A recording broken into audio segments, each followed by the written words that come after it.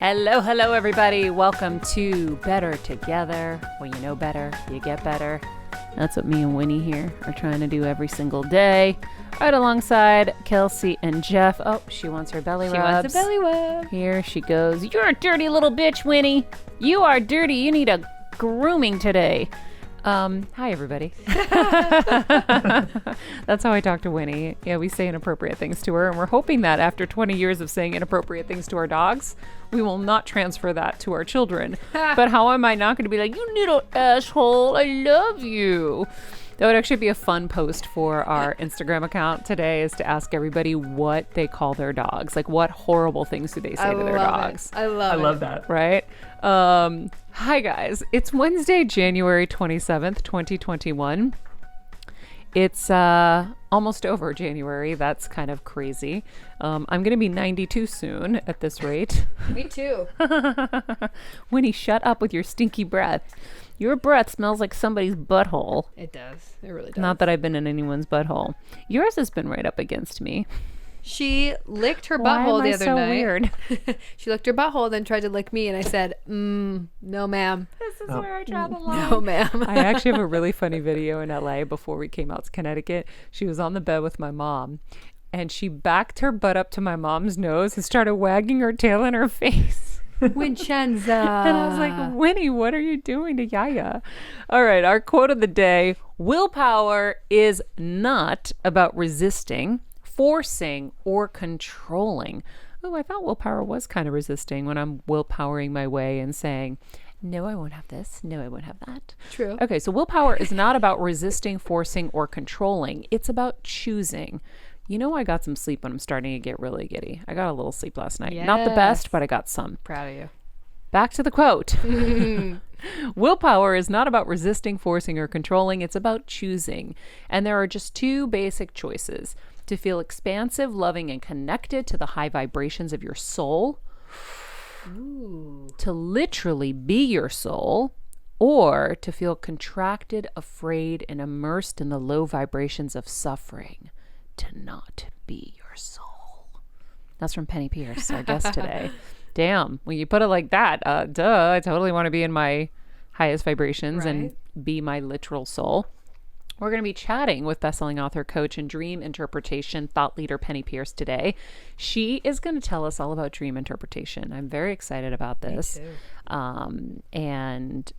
When Jeff was pitching this, it was funny. I was like, wait, can she do dream interpretation? I feel like we have never done that on the show, and that's an avenue I would love to explore. And just so happens she's an expert on it. So we are going to be talking about dream interpretations and how to improve our dream life. So if you're having nightmares, I think she has some strategies on how to shift into some beautiful dreams. I have to say quickly, Maria, this is kind of full circle, because I remember months ago Jeff was talking about how he gets night terrors, right, Jeff? Oh, yeah. And so we wanted a dream person on, so before Jeff leaves, we can solve his problem. Yeah. Oh my God. Then he can be like, wow. He can write an Apple review. Better Together saved my life. I no longer am chasing my wife around with a dagger. Yes. Or Laura. Or like the butter knife. The butter knife. Perfect. I will, if we wake up and she seems a little more tired than usual, I'm like, oh no. Did I have a night terror last night? And she's like, yeah. Wow. I don't know if I can handle that. I have some insight on it that we can save for I think I'm starting to learn about some of my triggers and ties to when they're happening. So we can ask Penny about it. We should save the convo. It's Kelsey, right? It's Kelsey. Oh, for sure. 100%. Sorry. My dad today was in the kitchen and he goes, why do we only have one spoon, Maria? Who's throwing the spoon away? And I just went like this. I go, and I started pointing at Kelsey. Kelsey, you throwing the spoons away? His favorite thing is, when you guys were here, you threw all of this out. I don't even know whose house this is. I'm like, yeah, no, we the broke best everything. Is, so Kevin was like de-hoarding again or whatever. And I'm like, damn, Dad's dressing like real nice. Like my dad is like, he looks like, you know, like a spiffy 40-year-old, right? Like he just is dressing so cool. He is. And I'm like, I wonder why. And then I go, oh, Kevin only left him the cool clothes. Hilarious. Probably threw out all the shit. Probably. It's really funny. God, oh, your dad. man. He did make the best soup today, though. Yep. It's called Phenomenal. fasolada. Fasolada is a Greek lentil soup. Every day is like, Tita φτιάξουμε αύριο. What are we going to make tomorrow? And I'm like, bean soup. Oh, it's the best. Yeah. The best. And it's going to snow today here, Jeff. I don't know about the cottage in Ohio, but here in Connecticut, it's going to snow today. And we're going to go out and we're going to get Instagram pictures. amazing. With Winnie. With Winnie. I know, I was excited. I'm like, oh, it's going to be so cool to like, because one of the days we were here, I woke up and it was snowing and I looked out and it was beautiful. By the time my ass got downstairs, it was all melted. Yeah. It did. It melted really fast that day. Really fast, yeah. I was like, shit. I was catching them on my tongue, and Kevin was Yeah. like, "What the hell are you doing?" Because there's really nothing to do in the Yeah. winter. And so, I mean, I shouldn't say that. I'm sure we could go ice skating or something, but like if you get hurt right now and you go to a hospital, it's not a good idea. Probably like not. this is the moment in time where you have to pitch a perfect game, I feel like, to keep the stress off of the ER people because they're already stressed enough. So I really am trying. In the back of my head, I just keep thinking like, we really should just be like staying off the roads, really should just be limiting the possibility of any kind of accidents Yeah. because you don't want to be there and they don't need you there right now. So we will make snow angels that are harmless and safe. Wow. Last time we were here, we made leaf angels. Do you remember that? Yeah. I think I put it on TikTok. Yeah, we did. I can't remember. Yeah. Now snow angels, from leaf angels to snow angels. Look at us. Yeah, so that's the most activity I think we'll have here in Connecticut. I think that's great. I mean, like, the other truth is, like, you're helping the world because we don't want to be spreading anything. So, Thank like, you. this is a time we should be quarantining. And right now, Laura and I, we had my dad's car for a little bit while we got settled, but they took it back. So we don't even have a car. We're just like in this quarantine cottage. I'm getting my Dunkin' delivered. So I will advocate for the Dunkin' delivery app. It's great. They deliver to your cottage? Yeah, because we're not really that remote. Okay. We're around a lake, but it's also a community. Oh, okay. So you could we walk can, somewhere? kind of. I mean, like, we can't. We have had groceries delivered though. Like, we can't really walk anywhere close enough to do anything convenient. So Wow. it's been a great excuse for us to actually quarantine, and we'll go for walks. But I feel like we've been working and catching up on some TV. So it's What are been you guys nice. catching up on? What are you watching? Okay, the show everyone has to be watching that people are finally catching on to. It's on HBO Max. It's called Search Party. Have you guys heard of this show? Is it really No. good? It is really good. It's very strange but very funny. Who's in it? Search Let's Party. watch.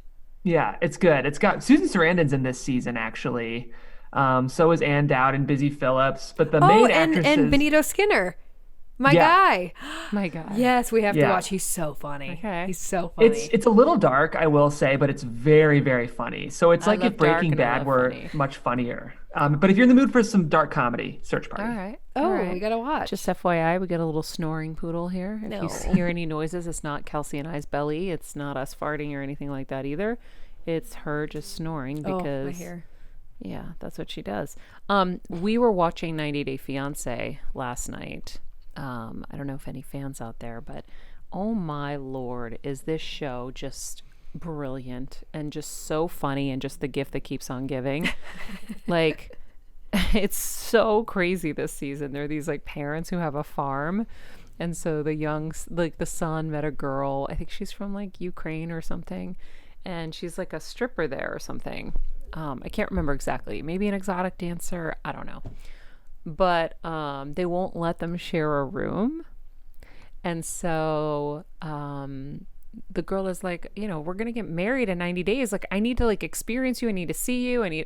He's got to work all day. So she doesn't see him. Then at night they go to their rooms and they're separate rooms. And so anyway, and the parents, like, I've never met a dad like that. The dad, the mom is like, Joshua, whatever his name is, you can't be doing this. You need to be working on the farm with mom and dad and like this kind of thing. And, and like, and you can't be in the same room. Heaven forbid we hear any noises. We won't tolerate that. And it's like that kind of thing. And the father is even worse. Like, the mom is horrible. and like just like total passive aggressive, whatever. And then the dad is like, "We built this son, we built this farm for you, and you just can't go ruining this for a girl," and all this stuff. And Kevin's just screaming at the TV, "But she's hot, Dad." Oh my God. and then it's like, the previews for next week, apparently, like, she was like, "I'm leaving. I'm not working on farm. I look like pig. I'm not gonna be here. I am moving today. I am leaving today." And so now he's gonna go negotiate with the parents. And he was like, I think he said something like, "Hey, it would go a long way if we could just sleep in the same room." And the mother is like, "Oh," and crying and horrified. Wait, did you say, how old is this guy supposed to be? He's like 26 or something. Oh my God. And she's 26, I know, so I think they're the same age roughly. And the dad is just even worse than her. Like, usually like one parent's super strict and the other one will kind of like give you the wink or something. Oh my God. They're just like, it's like they never had sex either. Like, they don't understand what it's like to be young and to like want a relationship. And, they're trying to figure out whether they are compatible to get married. How is this going to work? And so they went, the kid goes to the parents to like say, like, it would go a long way if we could be in the same room. And Kevin goes, "So that's what's next week." And I go, "All right, here's what's gonna go." They don't want to lose their farm hand. He's help. Yep. They don't want to lose him. And so they're gonna like cave, of course, because otherwise they're gonna have to go hire somebody. Right? No, I don't even think they care about the TV. Trust me, they just want the worker bee. So weird. It's so funny. I haven't gotten on the 90-day trend, but I know I need to. Way better than The Bachelor, by the way. Yeah, I'm kind of. It's so intense. And then fizzling down. There's like this guy from Tunisia who moved in with this woman who keeps dating men from like Tunisia and those countries surrounding. And she keeps having bad luck. So the guy moves in with her, leaves his parents, leaves his mom. First day, he's like, "I miss my mom," because he has coffee with her every day. And they like lived in squalor, like in this like, it was, like a corner was the whole house of this studio. And now he has this huge apartment. And she's like, "It looks a little outdated." And I'm like, "Have you looked at where you live?" Like, I don't understand how you couldn't be grateful for him. And so the woman comes home from work. The show is so good. So he's too tired to do anything the first night. "I just want to go to sleep," whatever. He goes to sleep.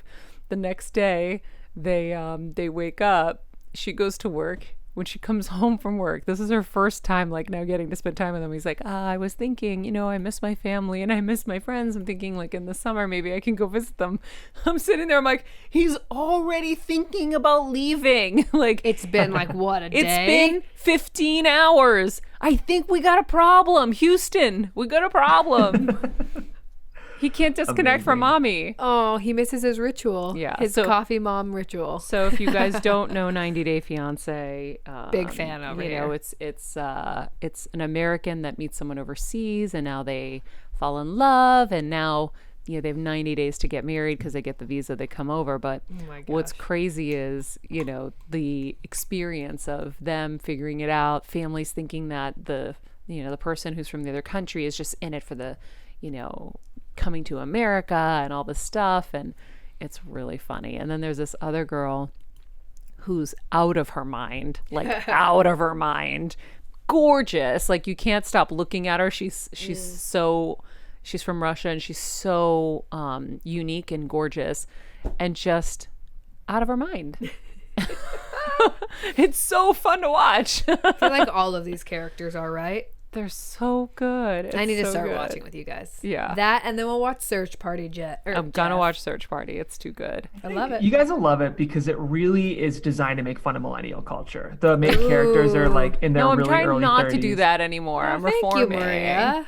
I really Well, am you know trying. what? You can get it all out by watching Search Party. That's what it is, because you can vent and then watch that, and then in other parts of your life you can like leave it out. But Jeff, it's really funny. Do you know who I'm talking about though when I say Benito Skinner? I just need to confirm here because he's the funniest. Oh, great. Does he have a big part? No, small. But he's good at. They bring on a lot of guest stars. There's 4 main people in Search Party, but they're constantly bringing in, I mean, like really famous people. Because what happens with these small indie shows is once they catch an audience, like main A-list actors want to be in these shows. So like to see Susan Sarandon in this little TBS show is really fun because she gets to do something she's never done before. Okay, we gotta Oh, it's on start. TBS. Now it's on HBO Max. Okay, if you good. have that. So Yeah. fun. love Yeah, I love it too.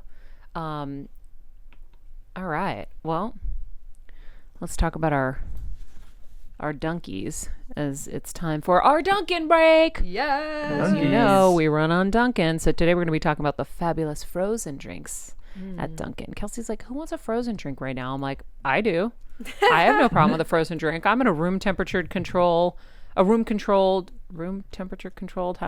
Room temperature controlled. I don't know house. what the difference is. It's like 72 degrees in here. What's the difference between it being 72 That's what your degrees out dad there? was trying to tell us the other night. He's like, "What? Why are you guys cold? It's warm in here." We're like, Yeah. okay, you're right. He's right. Hey, He ain't wrong. I got no problem. Sometimes I want, you know that commercial? Sometimes you feel like a nut. Sometimes you don't. And it's like the difference between Almond Joy and Mounds. Oh, You guys are too young. Nope. Clearly, the Hill Squad should know that. comment. So it's like coffee, or hot or iced. Mm. They still ask every time you go into Dunkin' because Always. there's a legion of iced fans. I happen to be one of them. So we are talking about fabulous frozen drinks today that can give you a pick me up in general, or a pick you up, and it's a nice way to treat yourself for the last week of dry January. So I have the frozen coffee, and I've already taken a taste. Sometimes I like to do it live on the air, but That's here we right. go again. here we go. This is pretty luscious. Mm. Good little So treat. it's smooth and creamy. I think Dunkin' should just be like smooth should be their like tagline, right? Tell him. I agree. Yeah. It is. Everything's just smooth. So this is smooth and creamy. It's made with real Dunkin' coffee, and it is absolutely delicious. I always do this to get it to like mix, so I don't get love the. that. And then you got to bring the straw up, so you get the frozen-y part. So you have the coffee. Oh, that's Great smart. suggestion. I have the matcha. You've Jeff, never done that before? no. Jeff and I Me both. neither. Guys, you just drink the liquidy form. I mix it every 2 seconds so that I get the real consistency. I've got the Sorry, I spilled. Culotta vanilla bean. Maria, I'm glad you brought up the frozen drink element, because one thing I like about going to Dunkin' and getting their frozen option is it does kind of feel like a treat. Yes. If you're used to going to Dunkin' and getting one type of thing, this is a sweeter kind of vanilla option, so it almost tastes like a milkshake, but it's not as unhealthy or not as indulgent. Yeah. So you can kind of get that caffeine pick-me-up without having to go all the way to getting like, something really bad for you from like a real fast food place. This is a fun treat option where you still feel like you're not going crazy with what you're having. I've got the vanilla bean Culotta. It's really good. Delish. And you can control how many pumps of things they put in. Yep. So that's always Yeah. helpful. Because Kevin loves to go through and get all the, whatever the sweetest, most delicious I sounding don't know coffee how. is, he will get it. I like to stick to my almond milk latte or my black coffee with a little almond milk. Yeah. That's generally my order. But then, sometimes you I wanna feel be like fun. a nut and I Right. want to have a little something. And so She'll it's do nice to have her- something different. What do you like the vanilla though, right? Yeah. I really love this. Frozen And that coffee, has damn. that's no added fun flavors in that. That's just the coffee. That's just the frozen coffee. There's no mocha. It tastes a Nope. little mocha-y, but without like just a hinge of Look it. at that. Yummy. Delicious. All right, guys, treat yourself to a fabulous frozen coffee or a culotta or whatever kind of frozen concoction you are into. Oh, and I they have have the to frozen say- chocolate, the frozen matcha. Ooh, because Maria likes this tweet. Duncan tweeted, "Every time you like one of our posts, a donut gets its sprinkles." And this is again why I love them, because that's a play on It's a Wonderful Life. Yep. Where it's like every time Something an sings, angel gets his wings. Yeah. Love it. So anyhow, there we go. All right, guys. She is a best-selling intuitive healer who is passionate about helping people interpret their inner knowing. Among 10 other books, she is the author of Dreams for Dummies, and she's going to be helping us with strategies to better remember, interpret, and improve our dream life. Penny, thanks so much for joining us. Oh, it's a pleasure. So let's start by talking about kind of the science of dreams, and what they are and what phase of sleeping they kind of all are in. Well, I mean, a lot of people think they're just kind of random flashings of the brain, but I think it's so much more than that. And we do go through cycles of sleep, three different kinds during the night, and often during, 3 or 4 rounds of it. But often I find that I dream the most right in the early morning hours, right before I wake up. But you go through the hypnagogic state where you're just falling asleep and you're kind of in between, and you can have, it's kind of a rubbery state. You might have certain visions and things even then. But then as you go down in deeper, you'll cycle through the alpha and then theta and delta levels up and down into like really deep sleep and then back up again. And the dreaming happens in REM sleep, where it's a fairly quick vibratory level. And when you're in REM sleep, your body is paralyzed. It doesn't move around. Your eyes move around, but the body is still. Then when you go into the deeper levels, the body will move around, but you're not dreaming. Ooh. So it's just an interesting scientific thing. But to me, what dreams are is there are a non-physical life. I think all dreams are real. It's something we're actually doing, but at a higher frequency of our normal physical reality. So, it's kind of like when you fall asleep at night, you forget your physical life and you remember your non-physical life. And then as you wake up in the morning, you sort of forget your non-physical life and come back into this one again. And the challenge to me is bridging experiences between the falling asleep and the waking so that you can bring your memory back with you and make a cycle of consciousness. But so you keep saying that what you believe it is to you, is that because science doesn't support dream interpretation? I don't think it does very much. I think it's a lot of left brain people who are very analytical would like to dismiss it as imagination. But, artists and right brain people think imagination is the real world, that we're even dreaming this world. And, so. Who knows what's real? Right, exactly. Because I think it's all real at some level, because we are really multidimensional beings. We have lots of frequencies that we travel through, and each one has a different kind of consciousness associated with it. It's just that when you're awake during the day, the left brain takes over, and it forces us into this way of seeing the world of, I've got objects separated by empty space, and there's gaps between things, and it takes time to do stuff. Yeah. Well, we look at everything in a linear way here because it's the only way to make order. But that's it. Yeah. But at night, or even in meditation or daydreaming or whatever, you can move around very fluidly. There's direct knowing, intuition, telepathy, all kinds of things are just natural in those realms. And when you talk about the different levels of consciousness, that's what you mean, right? It's almost like you can flow between these different states. That's right.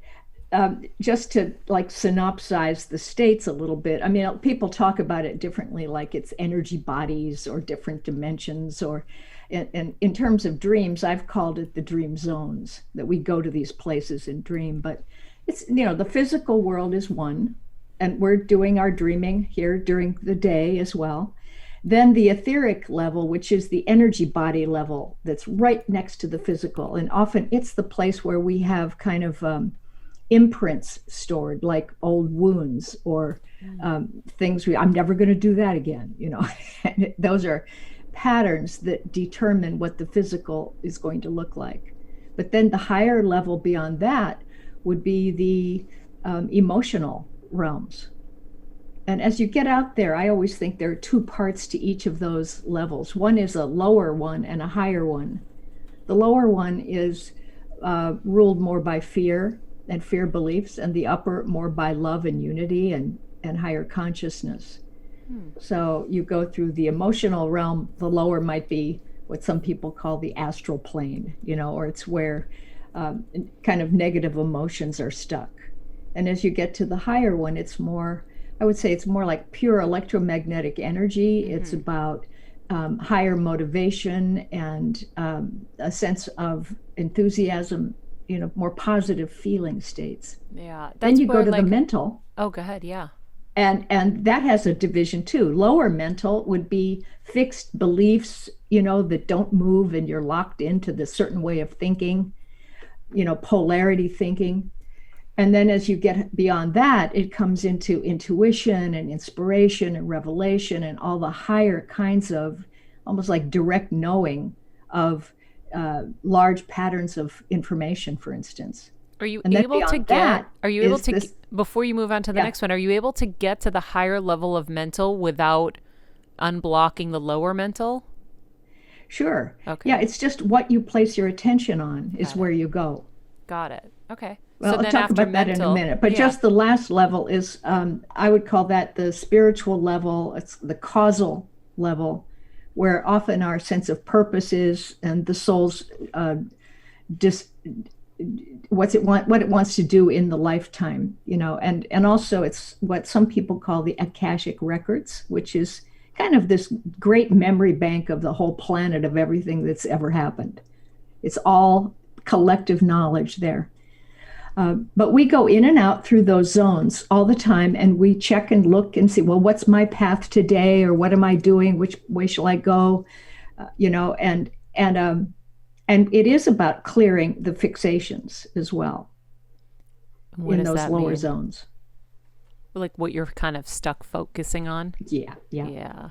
And yeah. that's where energy work really comes in, right? Because when you talked about the astral plane, I think that's where like an energy healer comes in to unblock those blockages so that you can go to Right. next levels. Yeah, it's all about fluidity, because the lower vibratory levels of these realms, it's all fear-based, right? And fear always makes you contract and clench, and then energy gets stuck and it doesn't move. Mm-hmm. Sometimes you have to add a little more energy into something to get it to activate again. Sometimes just place attention on something and you go right into it, and it suddenly starts revealing itself to you, like a flower blooming. You just watch it and it unfolds. So cool. So what about the people who don't dream? What does that mean? Well, I think everybody dreams. It's a natural part of the cycle of renewing yourself from the day.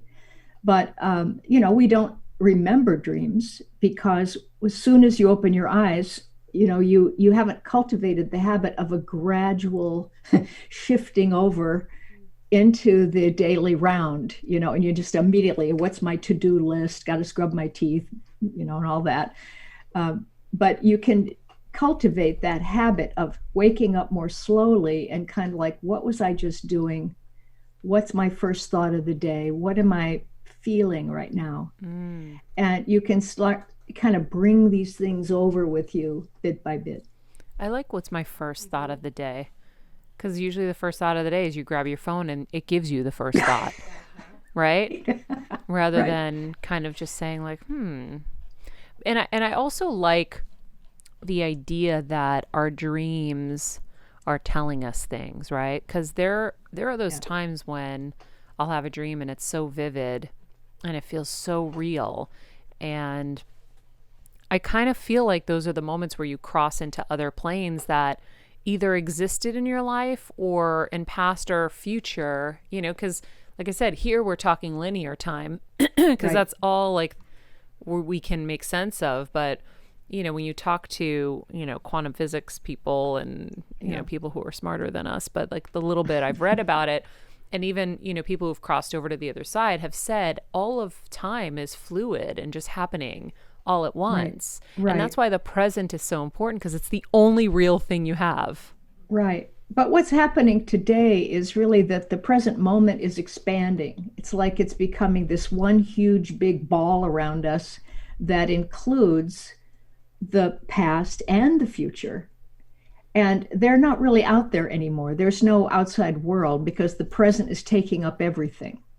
And so what happens then is that the past is, each memory you have or each reality you were in is like a bubble of a certain frequency that you were activating, and it was real. but it's in you. It's not out there somewhere down the timeline. And the future is not really the future. Those are potential realities that you can imagine yourself into, basically. They're bubbles also that you can just kind of project yourself into. And if you keep attention on them and in them, they will start to actually materialize around you. I like So dreams at night and dreams during the day, or your life visions, kind of the same thing. You're giving yourself patterns of knowledge that you may want to materialize. You might check something out in a dream. What about recurring dreams? Recurring dreams. Yeah. I think sometimes those are past life memories that were not completed in that past life, and that you'll run through them over and over again until you get it. I had one where I kept dreaming I was falling off a cliff in a car, or falling out of trees and everything, and had been told that in a past life I actually died by sleepwalking off the roof of my house. And so as soon as I was told about that past life dream, it's like something hooked up in me, and I had one more dream that was where I was falling out of a tall tree in slow motion. And I was like going, oh, these are the stages of dying by falling. You do this, and then you do this, and then this happens, and this happens. And then it was done. And I never had that dream again. Wow. That's funny. It reminds me, this was probably 8 days after brain surgery. I did an interview with Brian Weiss, who wrote Many Lives, Many Masters. And it was somebody I'd been dreaming to meet and interview forever. And I literally had brain surgery, was home for 2 days. And I took the walker, hobbled into the studio, had my husband there to help me. But I'm like, I have to talk to him. And I feel like we did a quick past life regression. And he said something about soldier boots, I'm remembering. I have to go back and look at my notes. But he said he saw like soldier boots or something with me. And I've always said I feel like I was like former CIA or something like that. I've always, because I just know stuff I'm not supposed to know, or it doesn't make sense to me sometimes, where I'm like, and fear and security issues have always been my number one problem. And I'm just connecting the dots right now. I've never felt safe. And yeah, there were things in my childhood and all of that, but this is like so deep that it makes me remember now that that's what he said. And that's probably where it all kind of stems from. Do you ever have dreams like that? About? No, my recurring dreams, I have one recurring dream where, when I was in college, I used to joke with my teachers. I'm like, I'm going to be on TV. I don't need to know. This math class is not going to do it for me. I knew exactly where I was going, what I was doing my whole life. And so, did I know it was going to happen officially? No, but that's what I knew. And so in college, and I was at Emerson College, it was a communication school. I'm like, I don't need this math class. So that was the day I would go rollerblading outside on the Esplanade. And so it was so rejuvenating for me. And I used to rollerblade every time.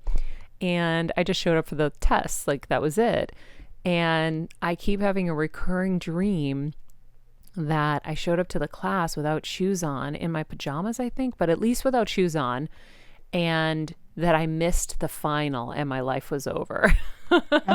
So no soldier boots then. Yeah, no soldier boots for that one. So yeah, I've always had that like fear that I was going to like screw up or something. And yeah, and then there's this other one that's vivid with my grandfather, where there's a yellow building with a tall thing of stairs. And I ended up driving by a building that looked just like it once. And he kept asking me to go up and get him cigarettes up there or something. And this one's just one that's been there, but I haven't seen that one in a long time. The math one, that one pops up here and there. Yeah, that's pretty common, really. Like you're going to be in a play and you didn't learn your lines. You're going to, take a test and you forgot to, what room it's in or whatever. I think those are in some ways very human, all across humanity dreams where we just suddenly realize, maybe I don't know what I'm doing. Maybe I didn't prepare. Maybe, this came up on me suddenly. What do I do with the surprise of all this, But what you can do with that is redream the dream and change it in a meditation. How do you do that? Well, go in, close your eyes and go into a meditation. Start your dream like as it's going, you're out rollerblading, and then maybe introduce another character that helps you get ready for the test or reminds you to get ready for the test, and then just grant yourself the wherewithal to know about mathematics Yeah. and go in and do a great job, you know. So it's like daydreaming your dream. That's right. It's all imagination. Yeah. Remember, you're working in the imaginal realm. So Yeah, you can yeah. use imagination to shift the energetic patterns from that original dream, from fear and anxiety over to, oh, easy, you know? Yeah. I like that. It just reminded me of something else actually that I totally didn't think of knowing I was going to have this conversation with you. So when I was working at the Today Show, that I just remember because I had a couple conversations where I know my executive producer looked at me and was like, this girl's crazy. I was having very vivid dreams about like national and international events, and they would come true the next day. Yeah. And so I remember a couple of them. There was like one, I woke up, I was in my dream, I was in a church parking lot in Denver, and there was a massive shooting. And I remember seeing it was a shooting, but everyone survived. And no, there was a shooting. That's all I remembered in Denver. So I called, at this point, I'd been having so many of these that I called up my producer and I said, hey, I think we should get somebody to Denver because there's going to be a shooting there. And he's like looking at me like I'm a nut. But it did happen the next day in a church parking lot, like I said. Another time I had a dream that there was a crash in Greece. A boat crashed, and I remember seeing all these like cylinders, and that's the one where I remembered everyone survived. And so the next day I woke up and a cruise liner crashed into port, and the images that were on the internet on like MSN.com were of those lifeboats that have the cylinder things on the sides. Yeah, the bumpers or whatever. Yeah. So Penny, that was happening a lot, and I got so freaked out at some point that I just shut it down. Well, it's still there. You know, I've had the same thing. I mean, I dreamed about 9/11. I dreamed of all kinds of stuff. But you know, in the early stages of it, you don't realize that it's going to be an actual event. You think it's symbolic or something. Yeah. And interpret it that way. And then later, when they start happening, you know, it's sort of like, not that you should get scared or get weird, but to just know that you're connected to all things anyway, and that's a natural state. You know. And sometimes when you're awake during the day, the left brain is too tight for you to allow that stuff through. Just like your producer was saying, you know, you might be crazy remembering all this, but at night it comes right through. Yeah. You know? So I would encourage you to open that back up. I know I kind of want to, but I don't know how now. And I don't know how I shut it down, but I got so scared that I was like, no more. And then it didn't happen anymore. But I would like to open that up. So if anybody out there is you know, saying they have the same experience, what would you say? How would we open it up? I would start with working on developing your intuition and your trust in your intuition more. I definitely have that. Start with innocuous stuff, like, you know, little things during the day that you feel like doing, and then it works out, and go, oh, good girl, you know, like, and validate it. And then notice your dreams more and find out what you're dreaming about. Why? Are you because I think all dreams really are evolutionary. They're information that you or someone needs. So if I dream about somebody else, I generally call them and tell them I had a dream about them. Me too. And they can do with it whatever they want, you know, but I communicate it. Yeah. You know, and so make a commitment to trust what you get and look at it, look into it to see, what is this about? You know, and if you get a sense, then again, another intuitive sense about telling somebody, tell like you did. You said, let's go to Denver. Yeah. Yeah. And then when you validate it, it allows the flow to keep happening, and not stuff that's going to scare you or debilitate you, but things that are going to empower you and others. Yeah. I love that. I definitely feel like my mom's had brain cancer for the last 4.5 years, and I've had to rely on my intuition and my gut and, messages to know what to do at every turn. And we talk a lot about that on the show here, because I think there could be no greater gift probably than to be able to trust yourself and what you're feeling, and to let that guide you, because it doesn't take, it doesn't hurt you. Like I had a situation, we were talking about Sean today. I think about a month or two ago, I reached out to him and said, I'm having really bad feelings. I had a bad dream about you last night and it was really scary and I'm having really bad feelings around you. I said, are you okay? And he wasn't. And he's like, how did you know? And I'm like, well, it was coming in real tight and real heavy. And so, and he really needed a friend in that moment. And it was great that we were able to be there for him. But it doesn't hurt to say that. And, if the person on the receiving end is like, oh, you're nuts. Okay. Well, I would just not use the word bad anymore. Well, this one was really bad, and this is somebody who I know, but I just could say that. Drop it and start to use other adjectives that are more descriptive. Yeah. Yeah. So that you won't get into that polarized way of thinking about things, and you'll actually get into the meat of what the true message of that dream is. Ah. Okay. Yeah. So the vocabulary can block the message. Oh, yeah. Absolutely. Okay, good to know. Yeah. Yeah, that one scared the bejesus out of me. I was like, oh, I don't like this one. Hey, real quick, what would be some of those alternative words that we should start to practice instead of, simple polar words like good or bad? Good call.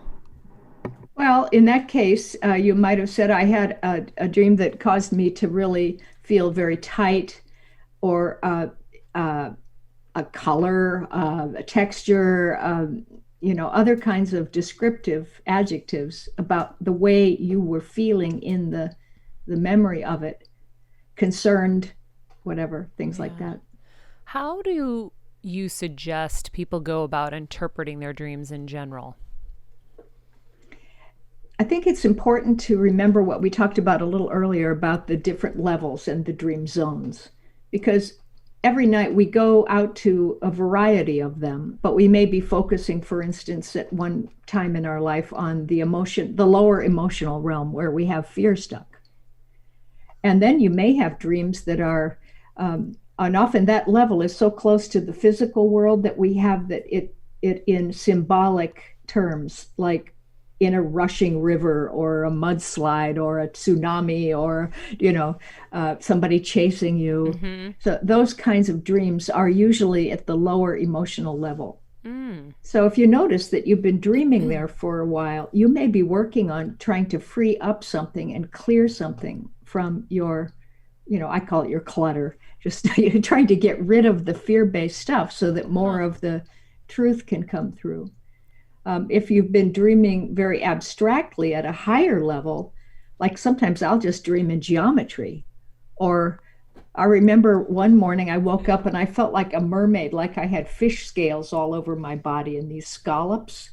And as I was just waking up slowly, I remembered that I was in an energy state right before I woke up that was like that. And I have no idea what it was. But by the time I came back with my symbolic memory, that's what it looked like. But it was something smooth and, like this or something. And what did that mean to you? I was just exploring some kind of energy state in the other realms, but that it was in the higher level of energy itself. Mm-hmm. So it wasn't actually a thing in the physical world. But to remember it, I had to physicalize it and symbolize it. Wow. Yeah. So cool. Cool. There are all kinds of levels. And even let's say that you are, maybe you're dreaming of skyscrapers in a cityscape or something. Well, that reaches up into the sky, which is the mental realm. And it's hard and, structural and square, which is fixed ideas. Mm. So you may be working in that realm of your own fixed ideas at that level. If you're in a boat on a lake, you're near the emotional level, but you're just beyond it. You're moving across it, so you're not being affected or contained by it. So you have to kind of look and see. For instance, if you're dream of flying, which we all do, that is, to me, a literal movement of moving from the lower levels up into the higher dimensions or the zones. And falling is the opposite, where you've been out at a higher, more abstract level, and you suddenly come back to your body very quickly. And then, you can sometimes wake up quickly as well. Yeah. Penny, Oh, go ahead. I was just going to ask, do you think it's important to write down your dreams? Or like if you remember them or record them? I know I started doing it for like a hot second and then I was like, oh, no. But do you think that that's an important thing to do? I do. I think that the body likes physical, ritualistic, ceremonial things. It makes everything become real. So if you say, I want to remember my dreams, and then you don't do anything about it, it's like it doesn't take you seriously. So I really recommend a dream journal, and make it colorful, make it fun for yourself so that you will use it. And if you don't remember a dream in the morning, write down your first thought. Make one up, make up a little dream, because it's still coming from the same place. But what happens is that your subconscious can't stand a half truth. So if you say, I'm going to remember my dreams, and then you make one up, it's going, well, that's not the real dream. And then you'll start to bring through the real ones. Wow. But make a habit of it. And as soon as you kind of like prime the pump and grease the wheels, then stuff starts coming. Yeah. I feel like in the morning when you had a dream that you're supposed to interpret. Like there are the dreams I have and I'm like, yeah, that was a dream. But then there are the ones that I'm like, no, this one means something. I need to look it up. So when you go to look it up, is there a trusted place that you look up dream interpretations? Well, actually, I had to write one because I wrote a dream dictionary, which was a really fascinating experience. Perfect. And it's a little one. It's a dream dictionary for dummies. It's a little one. But every symbol I interpreted in 3 ways. So that what would it be about if it were about my physical process of growth? What if it were about my emotional process of growth? What if it were about my mental, spiritual process? So that you could feel the different frequencies of the same symbol working at different levels. And then you choose which one feels right. Yeah. It gives you a broader sense. So many of the dream dictionaries are very old, and they have stupid symbols, interpretations. What I found, it's like either, just didn't make any sense at all, or they were very fear-based or dramatic or something. So cool. Yeah, I find myself always going online for things like that. Like even yesterday, and this is again another example I think of trusting when you're sent a message or you think of something, right? I know we have like 60,000 billion thoughts a day, but some of them are important. And so yesterday I was doing a little walking on the treadmill. When I finished, I said to myself, there's got to be a reason my first rib just keeps going out now. It can't just be out of nowhere. My first rib has never been a problem, and now it's consistently been a problem the last probably 2 months or so. And because before it was always my neck would go out. Now it's my first rib. And so I texted a friend of mine. I said, what does this mean? And she said, it's tied to your first breath and birth. And I was like, huh. Do you have a different interpretation? The top is the first or the bottom is the first? I think it's the top because the pain is always up here in the shoulder. Okay. Yeah. That's very interesting. I don't really know if there's meanings for each of the ribs. That's a whole other thing. Yeah. Yeah.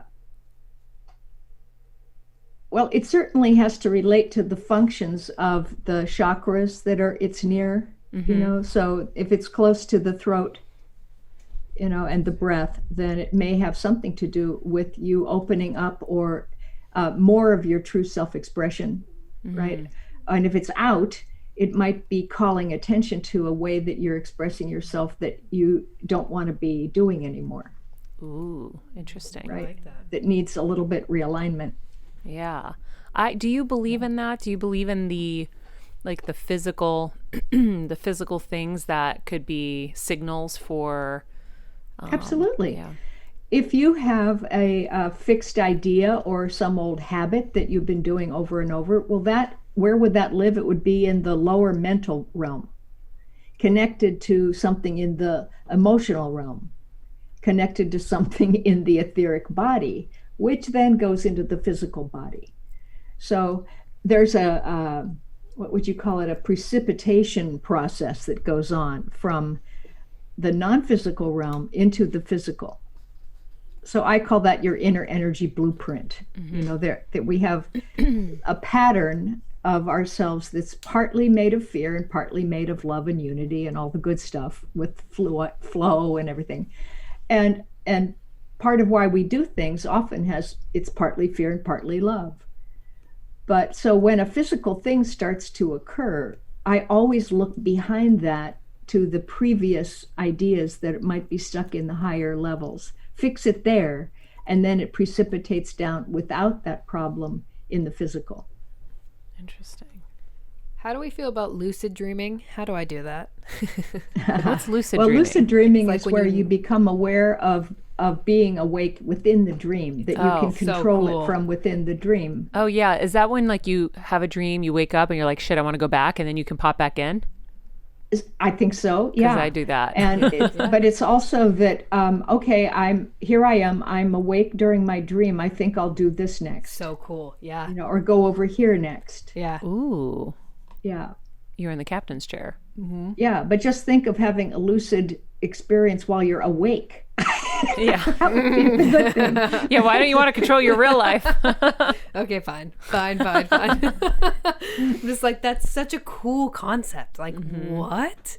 Yeah. So I had to ask you. Like, what? What? How do you do that? We need a drop on that, Jeff. What? Like, what? Didn't you have another question for her that you said earlier when we started? You're like, I have to ask her. Well, I asked her about the writing things down, which I loved your answer for that. Wasn't there Oh, a dream I that you wrote- had or something? Oh, I had a dream about a snake. I have dreams about like celebrities. Like I always have dreams about Harry Styles. But hold on, Penny. She's got a massive banner of Harry Styles over her bed. Penny, listen. Is that not because it's the last thing she's seeing every It day? could But it's- be but it's Penny- on her brain. But Penny, the I things don't- you pay attention to come Right. come into your reality. But it's true because I don't always have a massive Harry Styles banner. It's just here in Connecticut because it keeps my nice little room cozy. But I was going to ask you that if you think of something, like, can you almost tell your body and your brain what you want to dream about? Like if you focus so much on something, it's like, I want to dream about this. That's what they call programming your dreams. Whoa. And an interesting way to do that I've learned is that you imagine there's a real magnetic spot back by your reptile brain at the brainstem area. If you imagine a little ball of light, like a golf ball size, and put a sentence or a thought into that little ball, like, I want to remember my Harry Styles dreams when I wake up Yes, in the I do. morning. I want to invent $1 billion idea. I have a different dream than she does. She just wants to see Harry Styles. I want to invent $1 billion idea. There you go. Let me start to tune into my $1 billion idea and put that, imagine putting that little ball in the back of your neck and just sit it in there and go to bed. And during the night, it's kind of like a little time release capsule, and it'll dissolve and give the suggestion to the subconscious, which then releases it into that nighttime reality. How cool. The funny thing is that, not funny, but the universe is entirely cooperative. It doesn't try to work against you. Mm-hmm. If you ask for something, I'd like to know this, everybody out there in the non-physical realm says, great, sure, you can have that. But your left brain has all the yes buts, all the shoulds. Mm-hmm. And it's the part that blocks the just immediate getting of whatever you ask for. Mm-hmm. So part of our process, is to clear that clutter of negative thinking, like what I don't have, what I can't do. And all that stuff we grew up with. And like you said, it's what you're focusing on. Right. That's it. If you're focusing on that, you get a blockage. You on your site, there was a bunch of stuff that I thought was really interesting. But one of the things I wanted to make sure we asked you before we let you go is you said we're in the intuition age. Mm. What does that mean? Well, I feel like we've been in an acceleration on the planet. That's every year it seems to be going faster and faster. And I feel like we've evolved from the industrial age. We got the computer at the end of the machine age there, and then that's put us into the information age, which sped us up even more. And then we got the internet, which sped us up even more. And now we're at a point where we can't actually process the amount of data we have in that linear way. We're at the end of that at this point, and we're needing to make a leap into a whole new kind of perception. And that's what we call transformation. And that new perception, that new age, is one based more on the right brain, the body, the unified field, and in the present moment, like you said before. And I call that the intuition age, because that is the new perception that's going to come in, is a sense of direct knowing of things. You don't have to have proof and logic. You need to access, the just right answers through the right brain and the feeling sense. Then the left brain is still there. It can go and implement things. It can go and do research on it. But the insights have to come now from this other part of ourselves. So to me, the intuition age is a time of immense change, of not just change, but a sense of who we are as human beings, what we can do, our abilities, the way perception itself is going to work, which is going to change all of our systems and organizations and our whole sense of personal identity. I think it's a major thing. That kind of just made me feel like my quick interpretation is we're moving at lightning speed now, so we don't even have time to process in our little pea brain what the computers are doing, so we have to rely on our intuition. That's right. Yes. And then backtrack if we have with time. intuition, the answer is tagged right onto the end of the question. There's no gap. Mm. And that's what's so cool, is if you trust that, and if you just ask, and what do I want to eat for dinner, it comes to you. You want to interpret the dream, what does this mean? And you get an idea. Then the left brain says, well, that's not right. Yeah. But if you trust, you're going to start getting that unraveling and unfolding of knowledge and wisdom. I love that. Mm-hmm. I love that. Penny, thank you so much. This was you're cool. So if Penny, you guys want I'm so sorry, Maria. I have to ask because only I already told you could ask. But what about Jeff's night terrors? Oh, shit, we didn't get to Jeff's night terrors. It is a great question, and I want to. I pitched it to you. Terrors. You didn't remember. So it's a good question for our audience, though, because just a little personal about me. I do suffer from night terrors, which means, for anyone who doesn't know, maybe once a month, I wake up screaming bloody murder while I'm still asleep in REM sleep. And even if it's not night terrors, I know we have listeners right now who hate going to sleep and hate their dream life because it's only plagued by darkness and nightmares. So I'd love to hear you, if you have time, speak to me a little bit. What's your experience with night terrors? And for our audience members who dread falling asleep because of their challenging dream life, what are some changes they can make right now and to start to introduce sleepwalkers. positivity? Oof. Well, I would say it's a little like PTSD in that it can be from some kind of early unconscious experience that scared you and you contracted and clenched and never exhaled again. It's just like, and then there's a part of the left brain and the body that's expecting that to happen again, and you become highly vigilant about not having to get into that situation. And it's very tight, constrictive, and anxious kind of state. I don't know if you have particular imagery that's associated with your night terrors. If you would stay in it long enough, you might find that that it deepens, and you can see, well, if you're neutral and watch it and don't think it's going to hurt you, just that you're the soul looking at it, or you're a neutral observer, you can start to understand what might have happened that caused that almost instinctive response. And then you can start to redream those dreams or that experience, introduce another character, get some help in the dream itself, so that you become in charge of the outcome and you're fine. As soon as you do that, I would bet anything they will disappear. Wow. Do you And so have for imagery, nightmares- Jeff? Say that again. Do you have imagery attached to these? Like, do you see No. anything? Not necessarily, and it is interesting, Penny. I was saying this at the top of the show, but we've had EMDR experts on this show before, which is a kind of cognitive behavioral therapy. And I'm actually recently, I'm revisiting my therapist and doing some really intense EMDR sort of trauma work with him.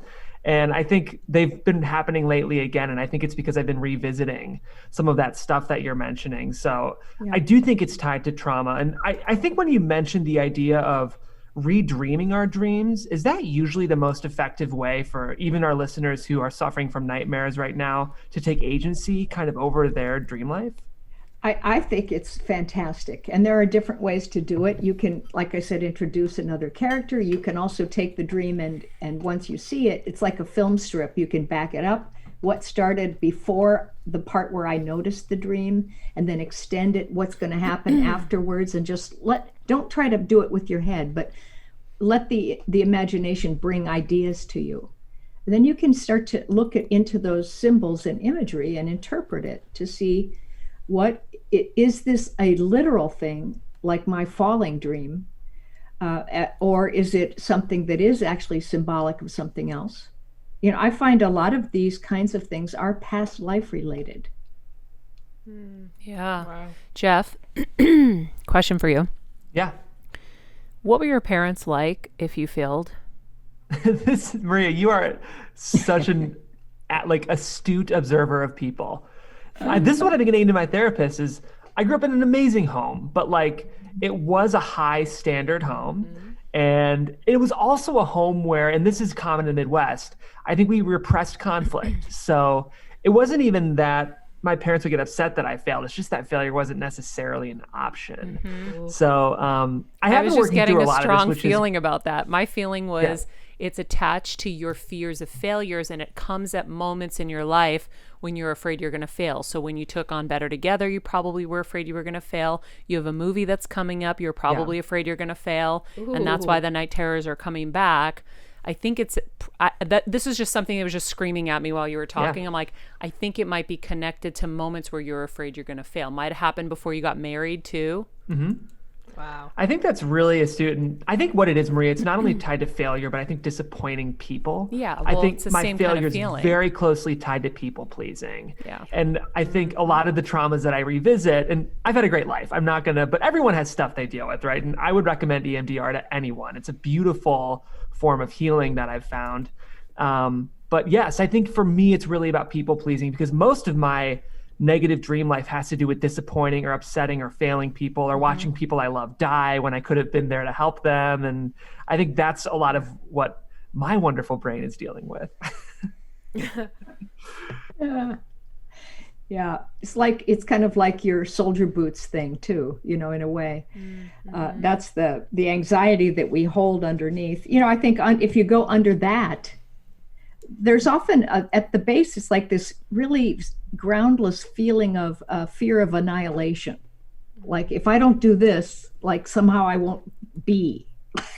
Yeah. It's like a totally irrational thing. And you can turn that around by just being, by taking up residence inside yourself as the soul and saying, look, I'm eternal. Nothing can happen to me. I'm already fine. I'm just trying to get my personality to come into alignment with this. I like that too. Wow. That's amazing.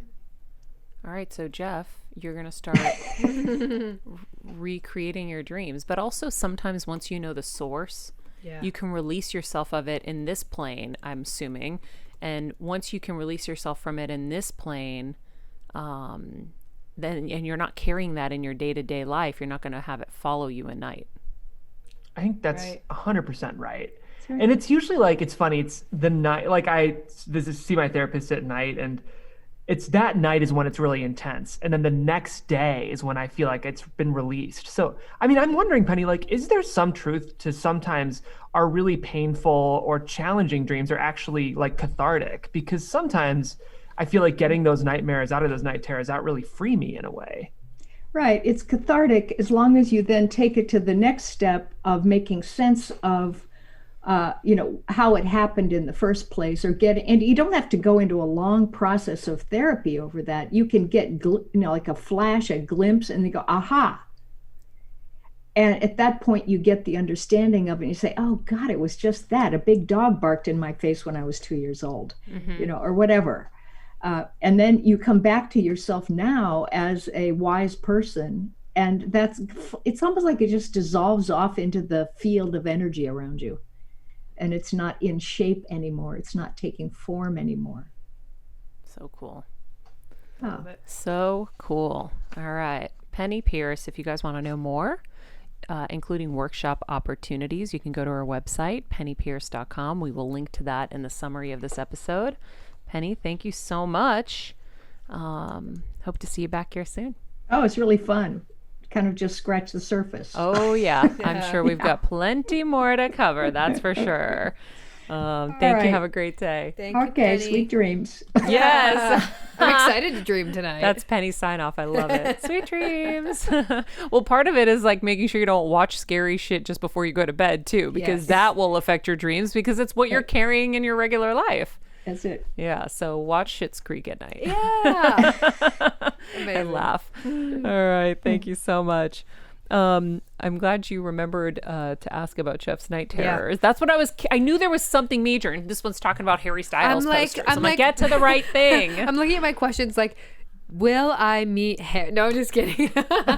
Will I meet a Jonas brother? That's right. Well, we're talking to one's wife Kelsey's- next week. Kelsey's life is hilarious. Harry Styles and the Jonas Brothers. So when Kelsey first came to my house, she's like, Listen, lady. yeah, so one of the Joe Bros live near me, and so she was like, what? So we were like scootering around. We'll have to tell Priyanka next week. Yes. Yeah. Anyway, Jeff, awesome. yeah, it's so funny. So again, as you're learning on this show how to listen to your intuition, right? No, most people would have been scared to say these things, right? And if you're scared, I didn't want to go so full on right away. That's why I said, Jeff, what was your experience with failure around like your parents? And because I kept hearing in my gut and in my head, I think this is tied to when he's afraid he's gonna fail. And yeah, failure is disappointment, right? Whenever you would have a bad grade in school and you come home, your parents are at the very least going to say they're disappointed, or you're going to get smacked, or you're going to get punished, whatever it is, right? Yeah. So, and it just kept screaming at me. I'm like, oh, it's tied to his fears of failure and like, and all the stress that's around that. yeah. And just Jesus. disappointing people. Can someone please tell me why my phone is on silent and it still rings? I You need to don't bring an understand. expert in for that. I don't. Can we get an expert for this? This normally doesn't happen. We bring in like an Apple tech guy. Like What the frig? Okay. It does make me think, though. Obviously, the audience knows I'm going to be leaving this show in What? a couple weeks. But Yeah. I Peace am out, so Jeff excited. Graham. I We can't wait to fired keep him listening, for though. just for the record. If anyone wasn't listening, he was. But I'm going to keep listening. And so what I'm asking you now is, I would love for you all to bring on like a people pleasing expert, because I would love Yes. that too. I'm right. I think down. for me, Get what it. it is, it's Get it. failure, but it's disappointing people. It's Amen. like, Yeah. and the truth is, whenever I've let someone down, it's okay, right? I know that in my heart, but there's that thing that just never wants to disappoint other people. And Yeah. I feel like we've talked about it tangentially on the show, but I'm asking just as I For a make an friend. exit that I'm sad about, for you all to book someone so I can at least listen to that You're show. asking for a friend. Asking for a friend. I also Yeah, feel like asking for a friend. the three of us all have that trait too. So Yeah. I think Yes. that's Oh my love God. Yeah. that. Well, that's part of like the pursuit of perfectionism, right? Mm-hmm. So all of that is tied in there. So yeah, I think that's when you do your next EMDR, which you probably have already done it around disappointment and failure. I think that will help release you. But I think for you, it's probably coming up because now the movie, like, what if I don't do this right? What if it doesn't? You get all that. Well, and truthfully, too, nothing that you and Kevin ever imposed, but like I've loved and respected you two so much. And so it's been like, Right. especially knowing the timing around this, how do I do this graciously and with an understanding that the only thing I can give to both of you is just profound gratitude? How can I communicate that? And that's been weighing on me too. And again, it's nothing that you all have imposed. It's all me, but it's work I've had to process, Yeah. just to be candid on air. Well, just so you know, you did it exactly the best way probably anybody ever has. Well, You thanks. do, you, I mean, you wrote the most beautiful letter, and, yeah, a lot of people aren't grateful or aren't appreciative, and they want to think it's always just them. And that's one of the things that I think everybody should know in life. Like, you didn't do it on your own. I didn't do it on my own, guys. There were many people along the journey that helped. And so, yes, we all want to be like, self-made, and it's not as self-made as you think. A lot of people contribute to the making of you, right? Mentors, bosses, friends, collaborators. And so, yeah, you have to be appreciative. And, if someone gives you something, a gift of whatever, like, you've got to be appreciative. Yeah. And it's really hard, especially with this generation. Everyone's like, yep, cool, thanks, bye. Like, I even had a chat with you about it with something. I'm like, I don't think you have fully grasped the level of amazingness. Not me to Maria, just to be fair. That took not in that. In the other situation I was telling you, because you were like, oh my God, cool, this is fixed. And you're like, wait. I'm like, wait, no. Yeah. That doesn't just happen. There are multiple people that you need to sit down and write the most gorgeous letters to, thanking them because they cured you, right? And a lot of times we run so busy on our lives, and it's not that you're not grateful. No. You just didn't let it soak in yet. And it was still new. So I was like, I'm going to soak it in for you and tell you, boom, boom, boom, boom, boom. This is how it goes. Right.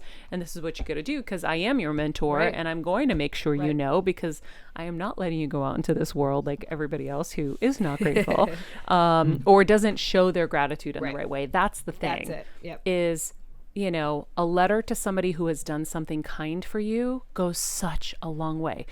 Leaving a job in the right way goes such a long way. Sometimes you can try to leave the job in the right way and then people are nasty. I've experienced that, which I know you have seen in the industry. It's not pretty, but you just do your best. And then if they don't want to accept that, then that's on them. So it is all in how you handle yourself.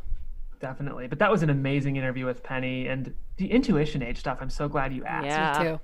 It made me think, like, we're at a phase with the information age where we can get anything we need like this. We can find we can Google it and get the answer. But what we don't need are the answers. What we need is that alignment with ourselves, because some of the world's smartest people with the most information are some of the world's most terror, like the world's most aggressive. And what they haven't done is tuned into their inner soul and their inner knowing. So until we're people that are lost, we have all the information we need, but we're lost in a spiritual sense. And I think that's what Penny is saying with that. It was pretty amazing. Totally. Yeah. And like I said, I feel like we're moving at lightning speed, that we're going to have to just rely on, like, our gut. And like she said, the space between the question and the answer doesn't exist if you use your gut. If you're going to use your left brain and like hem and ha and research and really quickly, yes or no. Just go with it and don't be afraid, because like she said, we are eternal. You make a bad move, okay, cool. Like, everybody's going to make a bad move. I mean, I like to kick all the tires for sure and, really research the recliner I'm going to buy or whatever. But those are different things. I mean, there are like certain things that are just instinctive. When you're hiring someone. I mean, I did it recently. Hired someone and I knew. This person keeps saying they need cooperation. That's a red flag. Why is this person keep saying I need cooperation? I need cooperation. And I remember telling Kevin, he's like, oh no, it's just the language barrier. And I'm like, yeah, I don't know. And of course I was right. Yep. You were. But I had to make a quick decision, and I was really left with no choice in that moment. And so, you just kind of jump in and you hope for the best, and you hope maybe you were wrong, but then your gut is always right. Yep. And Just like we were saying gotta yesterday, mom's always right. I have found that unfortunately Maria's always right, and and your gut's always right. I'm gonna be more right for you because I'm 80,000 years older than you. You are not. So how old are you again? 26. Okay, I'm 42. I'm Almost. 16 years older than you. So I have 16. It seems like you're like 5 years older than me. Thank you. It's crazy. I kind of feel like that too. But like, I have 16 more years on you. So I know a lot more because I've just experienced more. Yeah. And so, like I said, I'm going to guide you because I love you, and I'm going to tell you the right things to do at the right times. And if I see that Right. you need the guidance or whatever, and that's that. And that's that. And That's Winnie that. says, and then thank Kevin you. is 80,000 years older than us, and so we listen to Kevin because That's Kevin. And so that's just what we do, right, Wincheza? Right, you little bitch. What are your stupid dreams like? What are your stupid dreams like? I hear you. Doggies She dream, was- guys. Oh, they do. They dream. Look at this bitch. She's upside down. Oh my gosh. We've had a few people DM like Wincenza on her throne. She's got lipstick all over her now. She needs a bath so bad. Say hi to everybody, Winnie. Say hi. Hi everyone. Can you see her face, Jeff?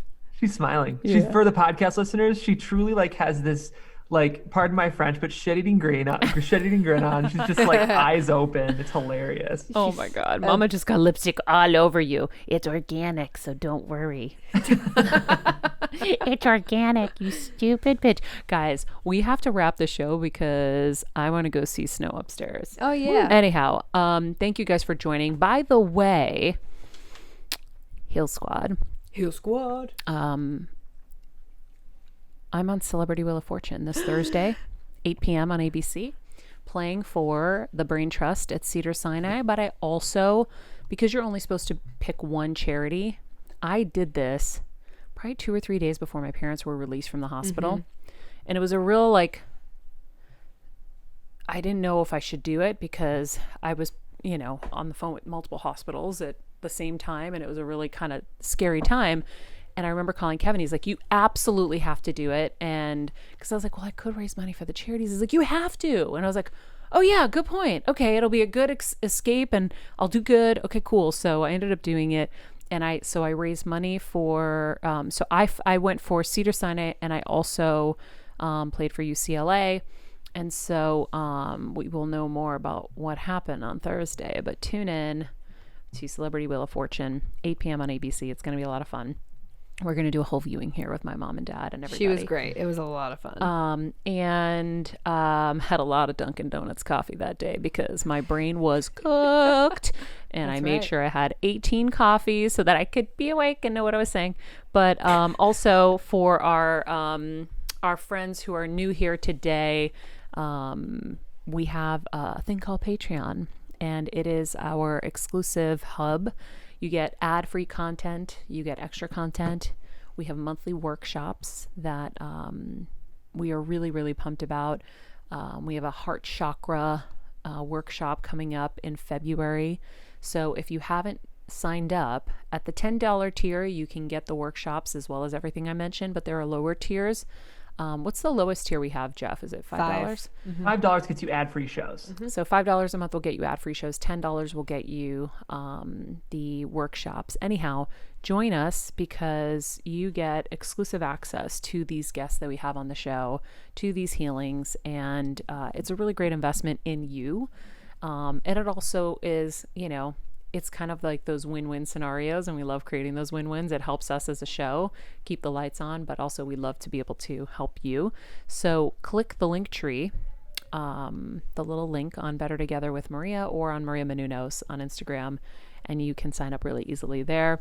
If you want more healing advice as it relates to our unconscious thought life, you can check out episode number 87 with Dr. Bradley Nelson, who teaches us to release trapped emotions.